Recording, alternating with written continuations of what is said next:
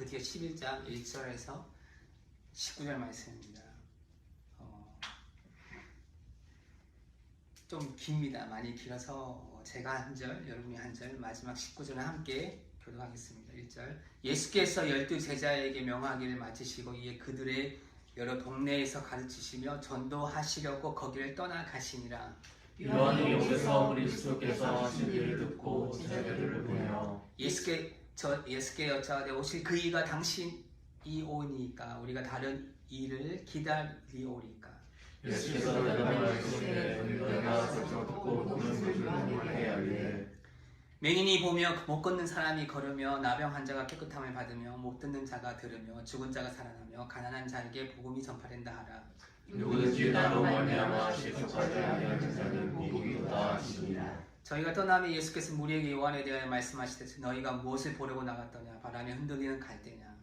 그러면 너희가 무엇을 보려고 나갔느냐. 부드러운 옷 입은 사람이냐. 부드러운 옷을 입은 사람들은 왕궁에 있느니라. 그러면 너희가 어찌하여 나갔더냐. 선지자를 보기 위함이었더냐. 옳다. 내가 너희에게 이르노니 선지자보다 더 나은 자니라.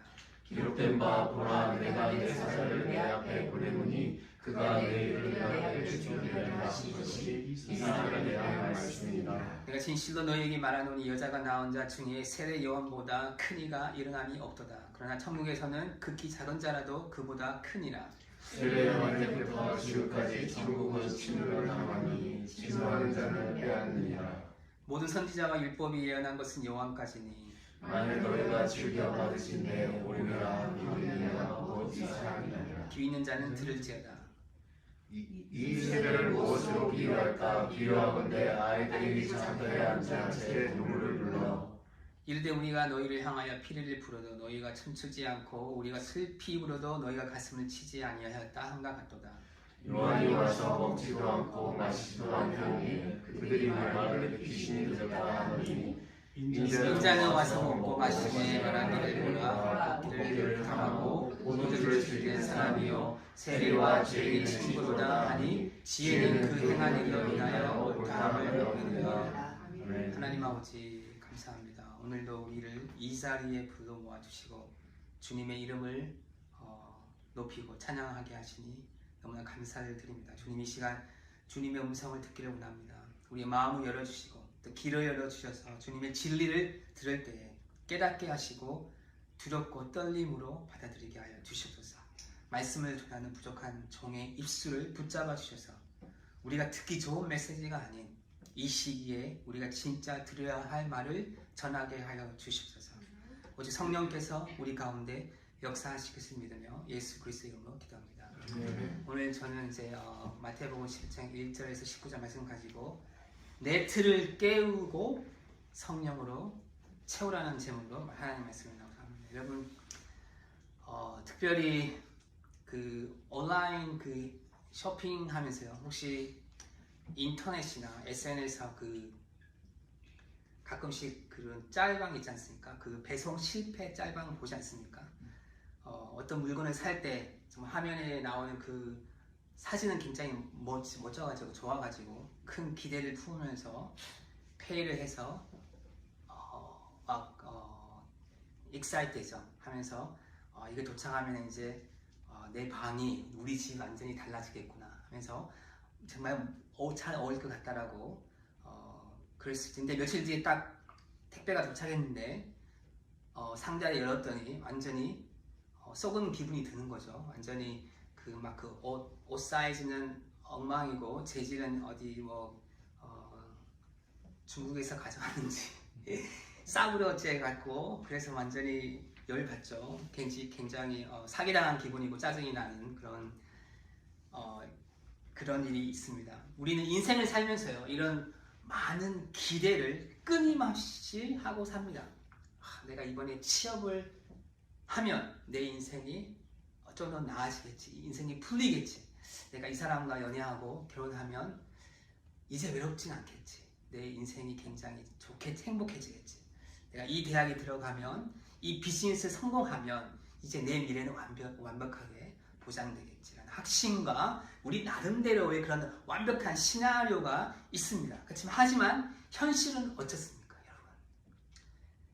여러분? 저도 많은 인생을 살진 않았지만 그래도 적지 않은 인생을 살아왔는데요. 많은 기대들을 하면서 제 나름대로 어떤 시나리오를 막 하는 거죠.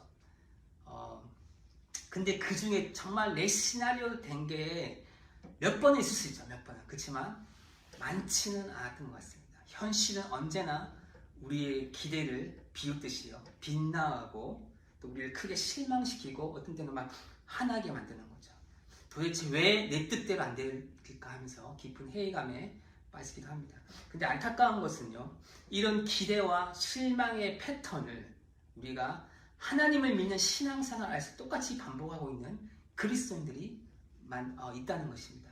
우리는 교회를 다니기 시작하면서요. 혹시 혹은 이제 예수를 믿겠다고 결단하면서 머릿속으로는 이제 자기 입맛에 맞는 어떤 우리 입맛, 우리가 디자인한 그런 예수님을 딱 디자인하는 거죠. 이런 예수님을 내가 믿으면 이제 내 커리어가 잘 풀리겠지. 내 인간관계의 더러운 문제들이 한순간에 해결되겠지. 이제 내 마음에 있는 우울증과 어떤 불만들이 마실처럼 확 사라지고 이제 매일매일 평안하지 않을까. 그런 기대를 하고 있습니다. 오늘 우리가 마주할 하나님의 말씀을 통해서요. 과연 그런 삶을 살고 우리가 그런 삶을 살고 있지 않은지요. 우리가 혹시나 주님에 대한 그 신앙생활에 대한 어떤 잘못된 기대만 갖고 있다면 어떠한 모습인지 그러한 삶을 통해서 우리에게 나타나는 어떤 네거티브한 우리 영적인 삶에서 어떤 모습이 있는지 주님께서 주시는 진실을 우리가 발견하기를 원합니다. 자, 그럼 오늘 본문 바로 직전에 무슨 일이 있는지 여러분 알고 계시죠? 바로 앞장인 마태복음 10장에서는요. 예수님은 12제자들을 부르시고 그들에게 권능을 주시면서 이제 영적 전쟁터로 나가라고 파송하십니다. 이제 강력한 군대처럼 제자들을 세상에 내보내시는 거죠. 근데 본문 11장 1절이 어떻게 시작합니까? 예수께서 12제자에게 명하기를 마치시고 이에 그들의 여러 동네에서 가르치시며 전도하시려고 거기를 떠나가시니라. 저는 1절을 보면서요. 이미 알고 있었지만 대단하신 예수님을 또 발견하게 되었어요. 여러분 저희가 지금 1장부터 10장까지 쫙 보았는데 예수님이 뭘 했는지 우리가 다 봤지 않습니까? 사역하고 복음 전파하시고 제자들을 뽑으셔서 산상수훈을 거쳐 엄청난 가르침을 제자들을 무장시키고 드디어 10장에 파송했습니다. 쉬지 않고 일하다가 파송해서 그러면 정말 조금 쉴 때도 되지 않았습니까? 근데 1절에 보십시오. 예수님께서 제자들에게 명하기를 마치시고 가만히 앉아 쉬는 게 아니라 직접 그들의 여러 동네로 가르치시며 또 전도하시고 길을 떠나셨다고 성경은 기록합니다.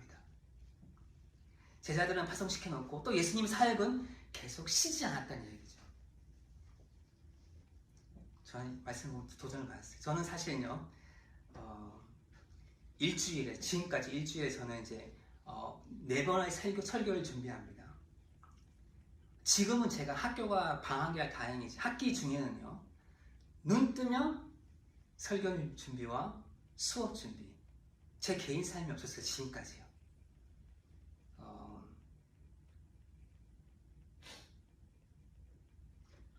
근데 이 예수님 삶을 보면서 와, 정말 대단한 게 그 열정과 예수님의 사명감이 대단하시구나. 이미 저는 예수님이 얼마나 바쁜지 다 알고 있죠. 제가 한번 설교한 적이 있습니다. 예수님이 얼마나 바쁜 삶을 살고 있는지. 근데 이걸 보면서 개인적으로 또 저에게 도전과 힘을 주는 말씀이었습니다. 어쨌든 예수님의 사역은요, 쉼 없이 지속되면서 맹인이 눈뜨고 죽은 자가 살아나는 그런 기적의 역사들이 계속 쉬지 않았다는 겁니다. 근데 바로 그 타이밍에 본문 2절에서요, 분위기가 확 바뀌는 거죠. 요한이 옥에서 그리스도께서 하신 일을 듣고 제자들을 보내요. 지금 그 당시 세상은요, 예수님의 그런 기적과 능력으로 완전히 예수님이 핫토픽이었습니다. 예수님이 인기 짱이었죠. 그 가운데 예수님의 길을 예비했던 그 선지자 세례 요한은 안타깝게 감옥에 갇혔습니다. 그래서 죽음을 기다리고 있는 겁니다. 그 세례 요한이 자기 제자들을 예수님께 보내어 질문하는 거예요. 근데 3절 질문을 보니까 좀 충격적입니다. 뭐라고 묻습니까? 예수께 여짜오되 이렇게 물어봐라. 그이가 당신이 옵니까? 아니면 우리가 다른 일을 기다려야 됩니까? 여러분 이 질문을 가만히 묵상해 보십시오. 이게 얼마나 충격적인 질문입니까? 세례 요한이 누굽니까 여러분? 예수님이 요단강에 나오실 때요, 이렇게 말하는 거예요. 예수님 보고 보라 세상 죄를 지고 한 하나님의 어린 양이로다 하고 외쳤던 사람이 바로 세례 요한이었어요. 그리고 하늘이 열리고 성령이 비둘기처럼 예수님의 이름이 임하는 것을 눈으로 똑똑히 봤던 사람입니다. 예수님이 메시아이심을 세상에서 가장 먼저 알아보고 선포했던 그 세례 요한이요, 지금 감옥에 갇히자마자 흔들리는 거예요. 중심이. 당신이 진짜 메시아 맞습니까? 아니면 우리가 다른 사람 알아봐야 됩니까? 라고요. 도대체 세례 요한에게 무슨 일이 일어난 걸까요? 요한이 왜 이런 갑자기 의심에 빠졌을까요? 입으로 시인해놓고서 단순히 감옥 생활이 너무 힘들고 몸이 지쳐서 나약하신 걸까요? 물론 여러분, 내가 감옥에 가보지는 않았지만 물론 정신적으로나 육체적으로 힘들어서 그럴 수 있죠. 그러나 그것 때문에 요한이 이런 의심에 빠진 것은 아니라고 생각합니다. 요한이 가졌던 메시아에 대한 기대감과 그리고 지금 눈앞에 보이는 예수님의 현실이 전혀 맞지 않았던 거죠. 여러분, 그 당시 유대 문화와 구약 선지자들의 전통을 보면요, 그들이 기다렸던 메시아는 어떤 모습이었냐면은 강력한 심판자였습니다. 이분 그 세례 요한도요, 마태복음 3장에서 메시아에 대한 이렇게 설교했습니다. 손에 키를 들고 자기의 타당마당을 정하게 하사 알곡은 모아 곡간에 들이고 축정이는 꺼지지 않는 불에 태우시리라. 요한이 기대한 예수는 어떤 예수였냐면은 로마 제국을 박살내고 부패한 이 헤롯 왕권을 심판하여서 불의한 자들을 불로 썰어버리는 그런 강력한 혁명가 같은 예수였습니다. 그리고 자기를 또 아마도 개인적으로 생각했겠죠. 자기를 당장 이 감옥에서 건져내줄 그런 왕 중의 왕으로 기대할 수 있었을 겁니다. 근데 지금 감옥에서 들려오는 예수님의 소식은 어떻습니까? 불의한 자들을 심판하기는커녕 갈릴리 구석구석 돌아다니면서 하는 게 뭐냐면 가난한 자들에게 복음을 전하고 또 이렇게 병든 자들을 고쳐주고 죄인들과 어울리지 않습니까? 세리들과 청년들이 친구가 되어서 같이 밥 먹고 다니고요. 그렇게 하고 있는 겁니다. 악인들을 향한 불의의 심판은커녕 로마 군대를 몰아낼 기미는 전혀 보이지 않죠. 요한의 머릿속의 시나리오와 예수님의 그 직접 사역의 그 행보가 완전히 어긋나고 있는 거죠. 여기서 가뜩이나 감옥 사이라 짜증나는 가운데 요한의 마음에 이제 깊은 어떤 회의감이 찾아온 것이죠. 내가 인생을 다 바쳐가지고 광야에서 외쳤는데 내 청춘과 목숨을 다 바쳐서 저분의 길을 예비했는데 결과가 고작 나는 이 차가운 감옥에 갇혀있는 것인가? 저분이 진짜 왕이라면 왜 나를 여기에 그냥 방치해 두는 것이지라고 불평할 수도 있습니다. 여러분, 이 요한의 모습이요, 바로 오늘날 많은 그리스도인의 모습이 아닙니까? 우리도 자기 자신만의 예수님을 머릿속에 그리면서 우리가 기대하는 대로 내 삶에 역사해 주실 것을 원하진 않습니까? 근데 현실은 어떻습니까? 예수 믿고 열심히 사는데도 취업이 쉽지 않고 또 인간관계는 더 꼬이고 내 통장에는 계속 돈이 없어지고 이번 고난만 넘으면 이제 좀 괜찮게 축복이 오겠지. 그렇지만 더 큰 고난이 우리를 기다리고 있고 그때 우리 마음에 세례 요한과 똑같은 의심을 품으면서 이렇게 생각할 수 있어요. 하나님 진짜 살아계신 거 맞습니까? 주님이 내 왕이라면서 왜 내 삶은 이 모양 이 꼴로 방치해 두시는 겁니까? 내가 기대했던 신앙생활은 이게 아닌데 내가 다른 신을 찾아봐야 하나? 라고 말이죠. 그런 그 순간들이 인생에서 있지 않습니까? 오늘 본문에 예수님이 이 요한의 질문에 어떻게 대답하는지 잘 보십시오. 4절과 5절입니다.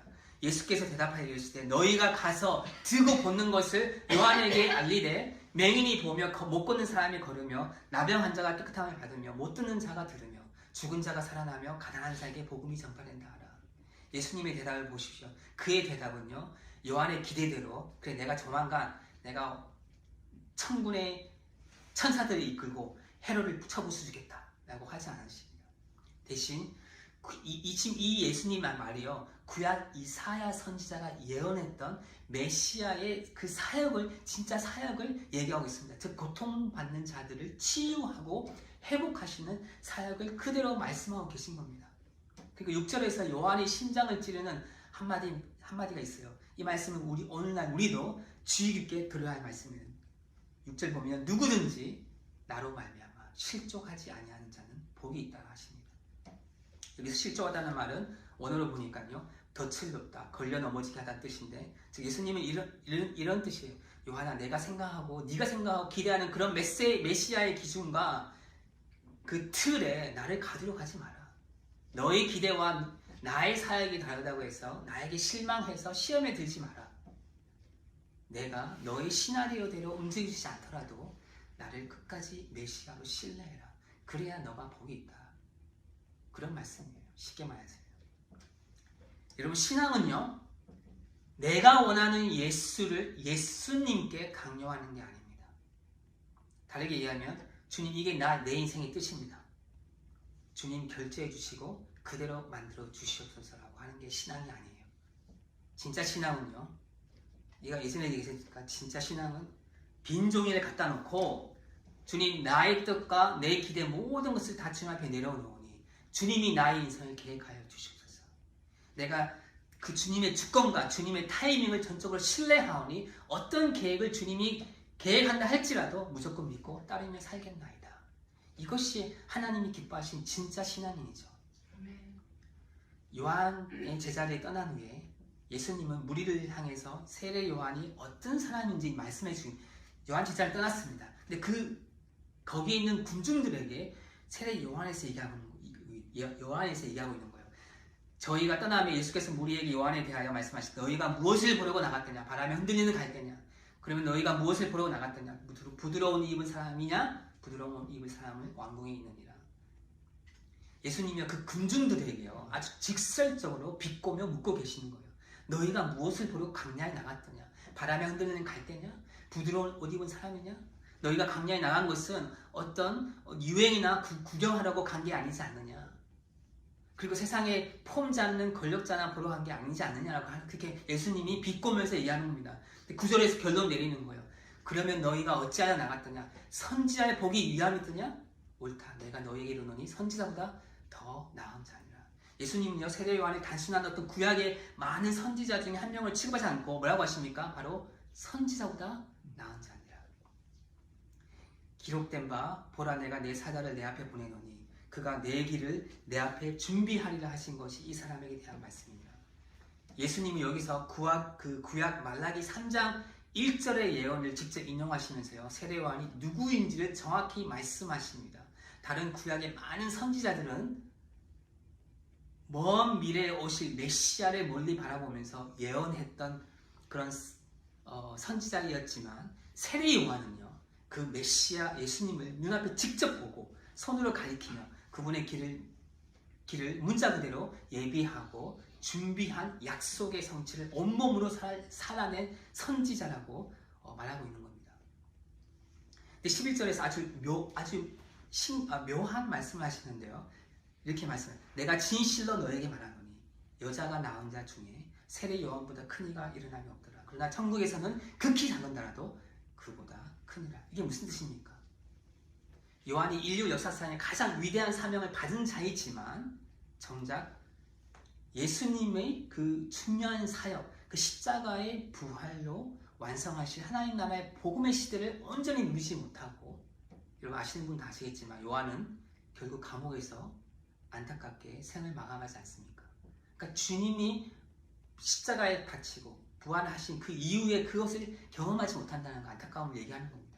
반면 지금 예수님의 뒤에 올 세대, 즉 예수님 십자가의 부활을 목격하고 성령을 받아 천국을 누리는 저와 여러분은 영적인 특권과 하나님 나라의 신비를 누리는 면에서 세례 요한보다 예수님 뭐라고 합니까? 더 복되고 더 큰 자들이라고 주님이 선언하는 것입니다.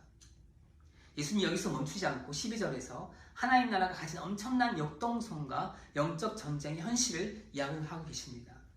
12절을 보십시오. 세례 요한의 때부터 지금까지 천국은 침노를 당하나니 침노한 자는 빼앗느니라. 여러분 이 말씀이 무슨 뜻인지 아십니까? 지금 엄청난 영적 전쟁이 벌어지고 있다는 뜻입니다. 크게 두 가지 차원으로 말씀을 해석할 수 있는데요. 첫 번째는 천국은 침노를 당한다고 했어요. 이 말은 뭐냐? 사탄이 세력들이 이제 마치 그 당시 요한을 감옥에 가둔 것처럼 무리를, 제자들을 당시 폭력으로, 무력으로, 정신적으로, 때로는 영적으로요, 교회를 흔들고 우리 인생을 방해하고 공격한다는 영적 전쟁을 말하고 있는 것입니다. 그렇다면 우리 역시 가만히 앉아서 구경만 하고 당하고 있을 것이 아니라 예수님 끝에 얘기하시죠. 침노하는 자는 빼앗느니라. 천국을 빼앗느니라. 바로 목숨을 건 거룩한 영적 공격성을 가지고 기도와 무력으로 죄와 싸우고 영적 전쟁에서 최후의 승리까지 천국을 향해 치고 들어가는 예수님 말씀인 것입니다. 이어서 13과 14절에 말씀하세요. 모든 선지자와 율법이 예언한 것은 요한까지나.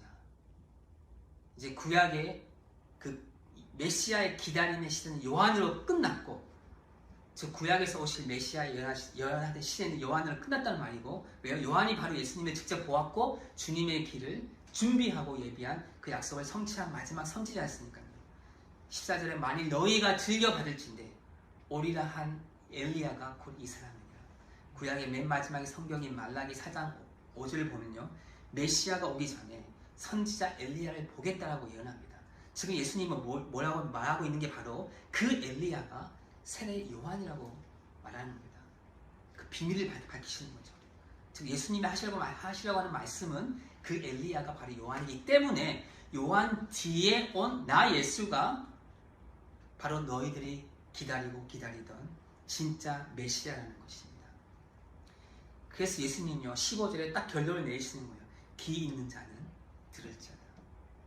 예수님이 이런 말씀하실 때는요 그냥 하시는 말씀이 아니라 우리도 마찬가지예요. 정신 차리고 집중해서 들으라는 겁니다.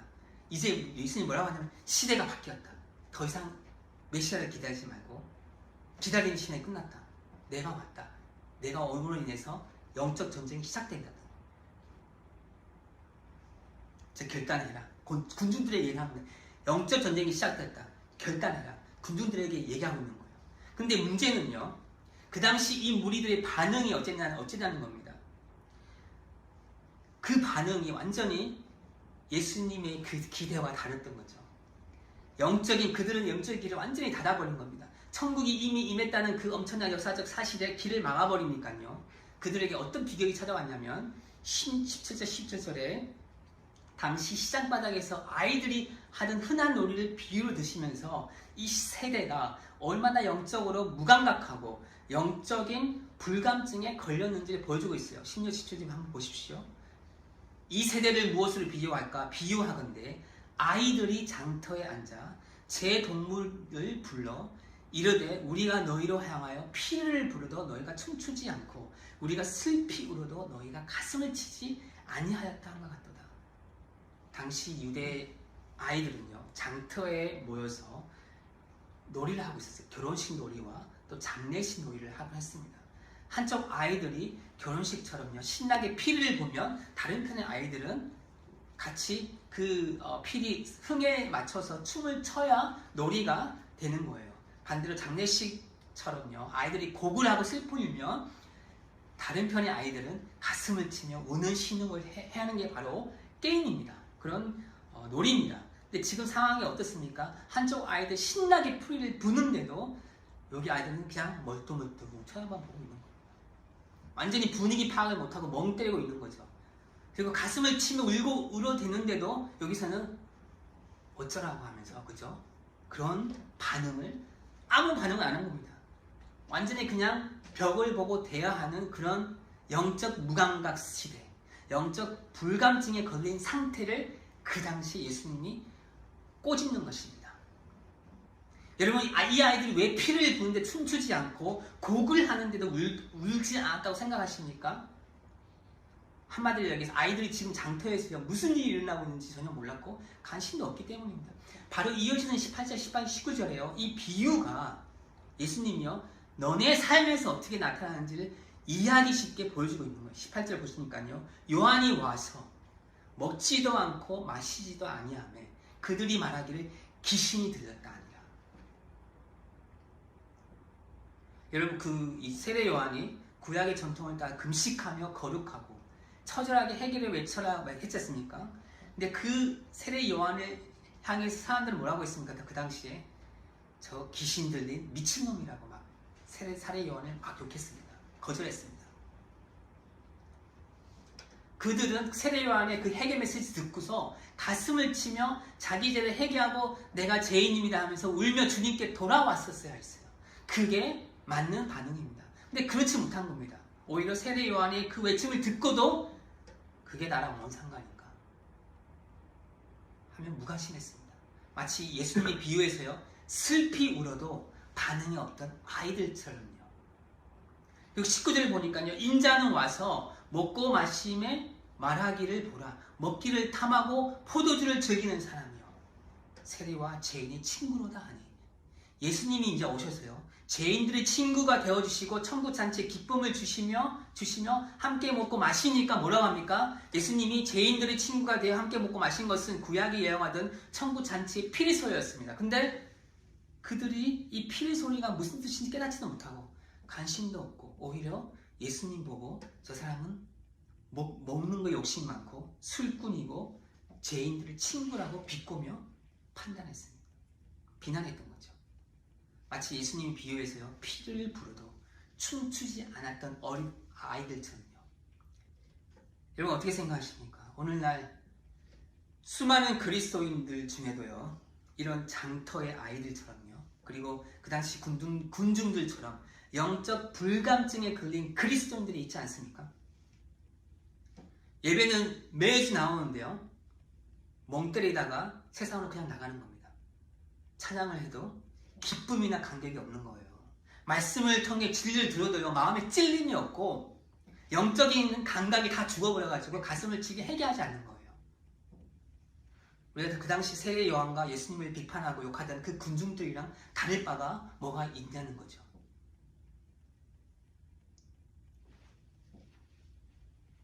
여기 앉아있는 분들은 없을지 믿습니다. 우리 교회는 없을지 믿습니다. 그저 예배가 끝나면요, 오늘 목사님 설교가 너무 길었네 하고 맨날 혼내는 소리만 하고 힘을 주지 않고 오늘 찬양 콘티는 왜 이렇게 또 내 마음에 안 드는지, 이 교회는 사랑이 없네, 뭐가 없네 하면서요, 신앙을 무슨 어떤 문화 콘텐츠 소비하듯이 평가하고 분석하고 교회를 해부하고 평가하는 겁니다. 물론 건전한 비판은 좋죠. 그러나 자기 자신이 하나님 앞에 깨어져야 할 죄인이라는 사실은 전혀 관심이 없고 끊임없이 핑계와 비판하면서 하나님의 진리로부터 벗어나고 있는 것을 깨닫지 못하는 정말 안타까운 모습이 우리 안에 있지 않습니까? 예수님이 이 본문의 마지막 19절 후반부에 결론을 내리는 겁니다. 지혜는 그 행한 일로 인하여 옳다함을 얻는다 했습니다. 쉽게 이야기하면요, 예수님이 이렇게 얘기하는 거예요. 너희가 아무리 군중들처럼 말로 핑계대고 비판하고 해도 상관없다는 거예요. 왜냐하면 결국 하나님의 참된 지혜는 사람들의 그런 말장난이나 그런 핑계가 아니라 예수 그리스도께서 행하신 그 사역과 그 말씀에 순종해서 삶이 변화된 진짜 제자들의 열매를 통해 증명될 것이기 때문이에요. 너네는 계속 입으로 시부려라는 겁니다. 쉽게 다시 얘기 설명합니다. 당시 보십시오. 당시 그 바리새인들, 종교지도자들과 무리들은 입으로만 율법을 논하고요, 예수님을 판단하고 정죄했어요. 하루 종일. 하지만 그 지혜의 정당성을 입증한 진짜 주인공들은 따로 있었습니다. 누굽니까? 바로 말장난 그만두고 예수님의 그 피리소에 맞춰서 춤을 췄던 누굽니까? 세리와 죄인들이고 창녀들이었어요. 그리고 제자들이었어요. 이분들이 예수님을 만나 삶이 완전히 뒤집어지고 죄를 끊고 하나님 나라의 백성으로 변하는 실제적인 행동으로 열매를 맺은 것입니다. 이게 바로 하나님의 지혜인 거예요. 말씀을 맺겠습니다. 여러분, 오늘 우리는 본문 안에서 너무나 안타까운 두 가지 모습을 봅니다. 첫 번째는요, 그 위대한 세례 요한도 감옥에 갇히자마자 흔들렸다는 사실입니다. 자신 눈으로 보고 외쳤던 메시아였지만 정작 예수님이 하시는 사역이 자기 기대와 다르고 자기 생각과 다르고 자기 기준과 맞지 않으니까 오실 그이가 우리가 기대했던 예수님이 다 맞습니까? 헷갈리는 거예요. 시험이 잠깐 들었던 겁니다. 여러분, 우리도 세례 요한과 다를 바 없지 않습니까? 우리가 만든 우리의 생각과 뜻에 맞게 맞추어진 우리만의 그런 종교적인 틀 안에 예수님을 가두어 볼 때가 얼마나 많습니까? 주님 내 인생에 이렇게 역사하셔야지 왜 내 뜻대로 안 해주십니까? 하면서 내 기준에 하나님을 맞추러 가는 거예요. 여러분 그런 삶이 계속 지속되면요 어떤 사건이 벌어지냐면은 막 내 생각을 강조하고 나만의 틀에 계속 예수님을 넣으려고 막 하면은 어떤 비극적인 결과가 나오냐면 바로 두 번째의 모습이 영적 불감증이 자기도 모르게 찾아오는 거예요. 주님이 보는 것을 여러분이 볼 수가 없습니다. 주님이 느끼는 것을 여러분이 느낄 수가 없어요. 그냥 자동적으로 우리 영적인 눈이 감기는 것이고 우리 영적인 귀가 닫히는 것입니다. 그래서요 영적으로 무슨 일이 일어나는지 전혀 알지도 못하고 관심도 없어지고 예배자에 나오긴 하는데 그냥 멍 때리다가 집에 가는 거예요. 그리고 계속 말로만 신앙생활 하는 겁니다. 예수님이 그걸 꼬집는 거예요. 그런 분들은요 절대로 자신을 바라보지 않습니다. 절대 자신을 바라보지 않아요. 왜냐하면 자기가 왕이니까요. 자기가 왕이니까 난 틀린 게 없다 생각하는 겁니다. 근데 주님은요 우리가 죄인임을 깨닫기를 원하십니다. 대신 다른 사람의 시장평가하고 분석하고 비판하고 정죄하고 자기가 영적인 전문가처럼 그런 왕노릇 하는 걸 그만두라는 거예요.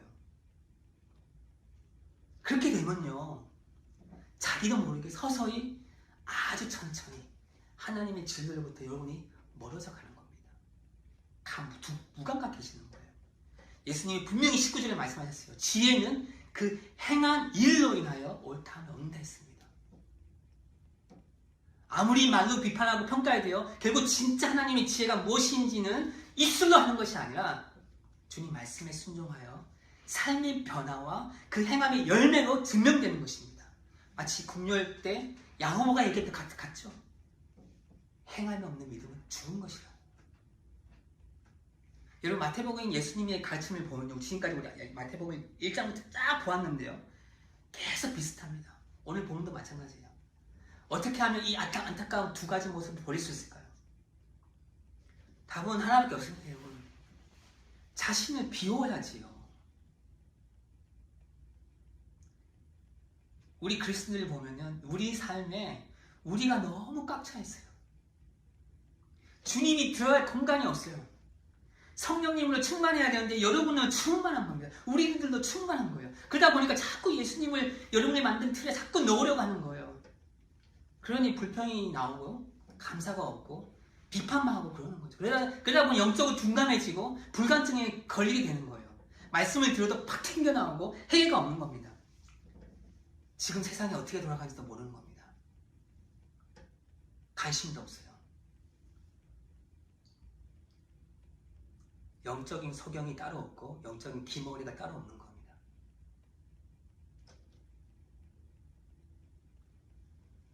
세계를 잘 보셔야 됩니다. 지금 세상이 어떻게 돌아가는가. 최근에 지진이 굉장히 많이 일어났어요. 아시죠? 저 한태평양 지역에. 물론 이게 뭐 사인이나 그렇게 말할 수는 없겠지만 이런 적이 없었습니다. 지금 현재 그 지진 때문에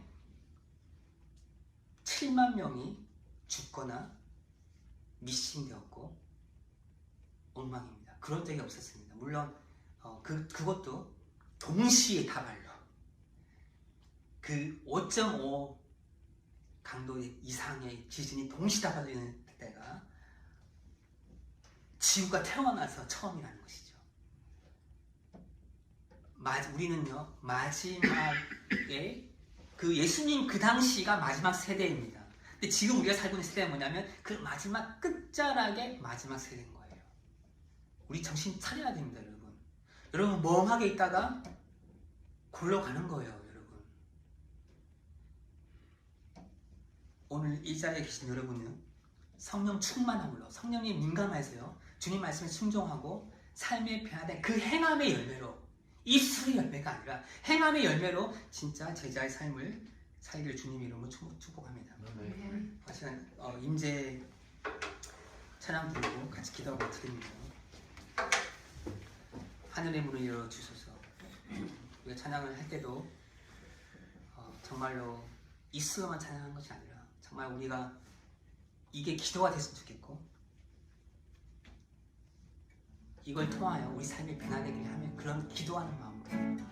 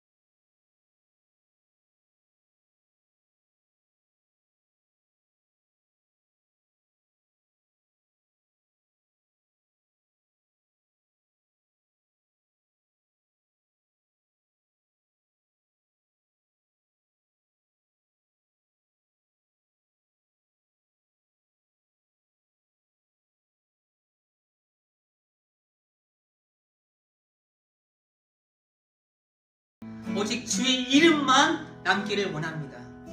정말 내가 만들 틀, 내가 주인이 되었던 모든 삶의 자리에서 내려와서요, 주님의 통치하심을 구했으면 좋겠습니다. 이 시간 우리의 영적 눈을 열어주시고 정말 마비되었던 영적 감각을 깨워주시고 하늘의 문을 열어주셔서 이 자리에 임하여 달라고 우리 주의 이름을 한 번 크게 부르고 같이 기도하시겠습니다. 주여! 아버지 하나님 시작합니다. 주님, 아버지 하나님, 정말 우리가 이슬만 고백해서 우리 그런 신앙생활이 아니라 정말 우리 현생생활이 정말 주님을 가문한 성도 도와주시고, 아버지 하나님 여기 있는 모든 성도님들, 여기 있는 성도님들은 주님 더 이상 깨어있게 하시고 영적인 그런 에피시가 되지 않도록 도와주시옵소서. 주님 아버지, stir in our hearts, Lord Jesus, Father. The first love, the passion for Jesus, the name of Jesus, Father. 주님 함께하여 주시옵소서. 주님 역사해 주시옵소서. Wake us up, Lord Jesus. Wake us up, Lord Jesus, Father. 주님 아버지, 그런 spiritual apathy를 하나서 도와주시옵소서. 주님 할 수 있도록 도와주시고 정말 이 마음 가운데 우리 주님만이 임재하여 주시옵소서. Lord, let the Holy Spirit be in charge of my life, Lord Jesus, Father God. I give you Holy Spirit, Father, full authority, Father God, to do your will, pleases you, Father God, in every area of my life, Lord Jesus, Father God. 아버지 함께하여 주시옵소서. 주님 역사하여 주시옵소서. Thank you, Lord Jesus. 아버지,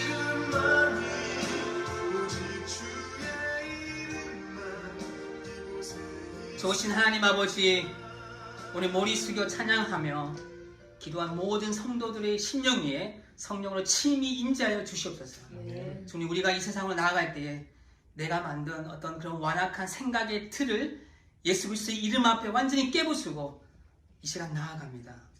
내 기준과 내 뜻에 하나님을 맞추려 했던 어리석은 영적인 습관을 용서하시고 영적 불감증으로 닫혀있던 우리의 눈과 귀를 성령이 불러 활짝 열어주시옵소서.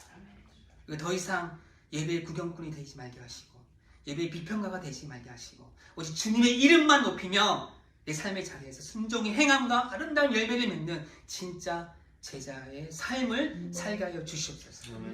우리 삶 전체를 주님께 온전히 의탁하고 살아계신 예수 그리스도의 이름으로 간절히 기도합나이다. 지금은 길과 진리요 생명이신 예수 그리스도의 은혜와 세상을 이처럼 사랑하사 독생자를 주신 하나님 아버지의 지극하신 사랑하심과 성령의 감화 감동하심과 새롭게 하시며 오늘 말씀 듣고 자신의 생각과 틀을 깨부수어 성령으로 체험을 받고 삶의 행함과 순종의 열매로 진짜 제자됨을 증명하는 삶을 살기 원하는 오늘 방문한 모든 하나님의 아들 딸들과 우리 사바나 기쁨 교회 성도님들과 가족과 경영하는 생업 위에 지금부터 영원토록 함께 있을지어다. 아멘.